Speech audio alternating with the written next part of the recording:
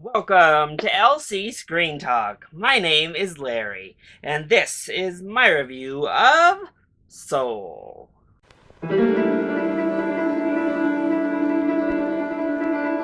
Soul is the latest animated feature from Powerhouse Pixar Studios. Following the life of Joe Gardner as he finally gets the big break he has been looking for, he falls upon an unfortunate circumstance that finds his soul in a rather precarious afterlife scenario. In an attempt to reunite his soul with his body, he mentors a young unborn soul known as 22, as together they travel back to Earth in an attempt to both find their purpose. So Pete Docter is back, a famed Pixar director that has given us some of the deepest and most heartfelt films within the Pixar filmography. And Soul marks the first time that Pixar as a studio has given us a black lead in one of their films. Add to that this sense of purpose, it already looked incredibly deep just from the trailers, and a focus on music. Yeah, I could not wait to finally get to watch Soul. And Disney decided to debut this for families on Christmas Day exclusively to Disney Plus. And yeah, I ended up loving this film. So let's go ahead and talk about the positives first. Well, Pete Docter does it again. He delivers exactly what he has been known to deliver over and over, and does so in spades. This is probably the most sophisticated messaging in a Pixar film, at the very least, since Inside Out, and possibly ever. This is a film purely about existentialism and discovering, finding your purpose here on Earth and in life. And it is handled beautifully. Much like Inside Out, to complement this really deep and thoughtful expression, Doctor and crew build out this really fascinating world of the spiritual world, and it is both stunning and extremely creative in how it depicts these deeper thoughts and concepts.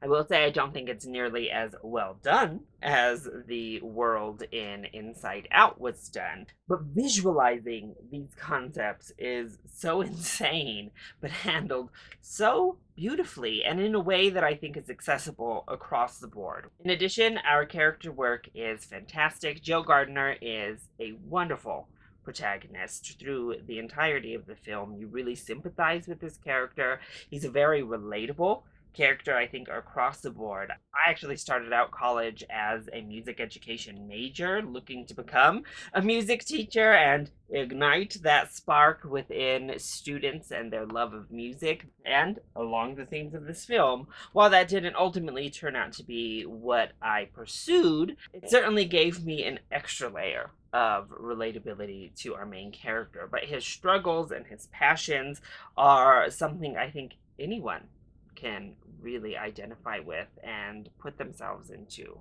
Not to mention, Joe is beautifully voiced by Jamie Foxx. He gives a stellar performance in that leading role. Just that right amount of warmth, but exuberant passion. But in addition, I also heavily related to 22, who is voiced by Tina Fey. And these ideas of all of the negative aspects of being alive and having to go through life and ultimately having to decide if it's worth it. And looking at all of the negative aspects of life, whether it is mundane, negative hurdles, or larger, more significant pains, and deciding, is it really worth it to go through all of this just to die?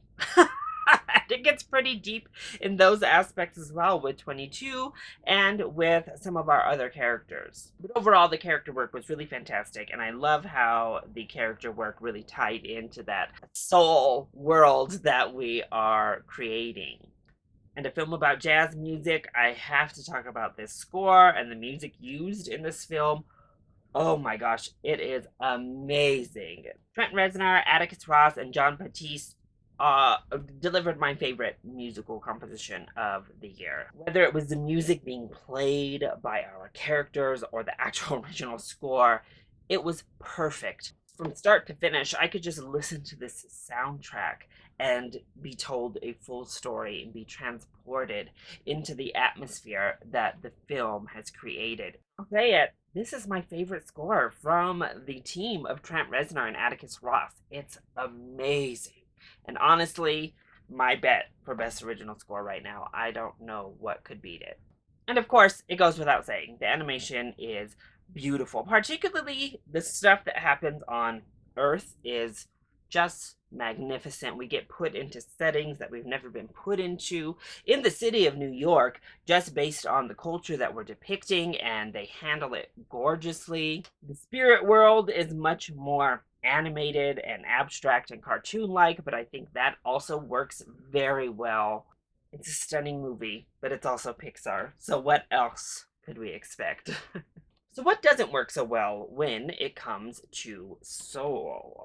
Well, I have to say, there's one realm that is very interesting within the film. One character who is a pilot of this ship and his little band didn't make sense to me. I didn't understand how or why they were able to do what they did. And honestly, the connection between the soul world in this aspect and Earth and the high fluidity there made sense when it's first introduced, but then when characters are able to get away from that main purpose of what was introduced, it lost that kind of logic for me. I am also curious if this is accessible enough for children, if they're going to find ways to connect other than the few bouts of humor that take place as we move throughout. I don't think it's quite as accessible as something like Inside Out, which dealt with some really heavy subjects, but subjects that children specifically could relate to a lot easier than the subject matters and the existentialism we're dealing with here in Soul. But in saying that, in honesty, yes, it is animated, and yes, it's coming from Pixar, but in honesty, I don't know why it has to really connect that heavily to children.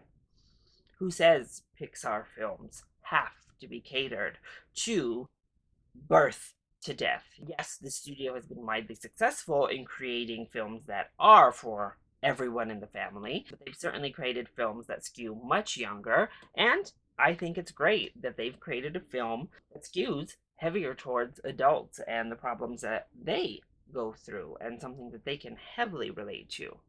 Although some of the humor is a little bit meh.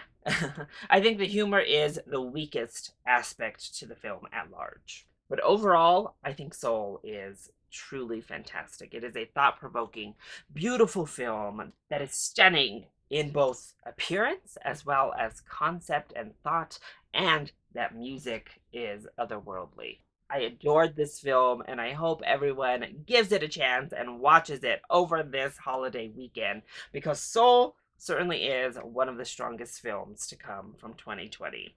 So, that is my review of Pixar's Soul. I hope you enjoyed it. If you did, go ahead, click like down below, and subscribe to the channel so you are always up to date on my latest videos. Also, join in on the discussion. Are you excited to see Soul, or have you already watched it? If you have, let me know your thoughts, either in the comment section down below, or you can hit me up on Twitter. I love you all so much for your continued support. Mwah!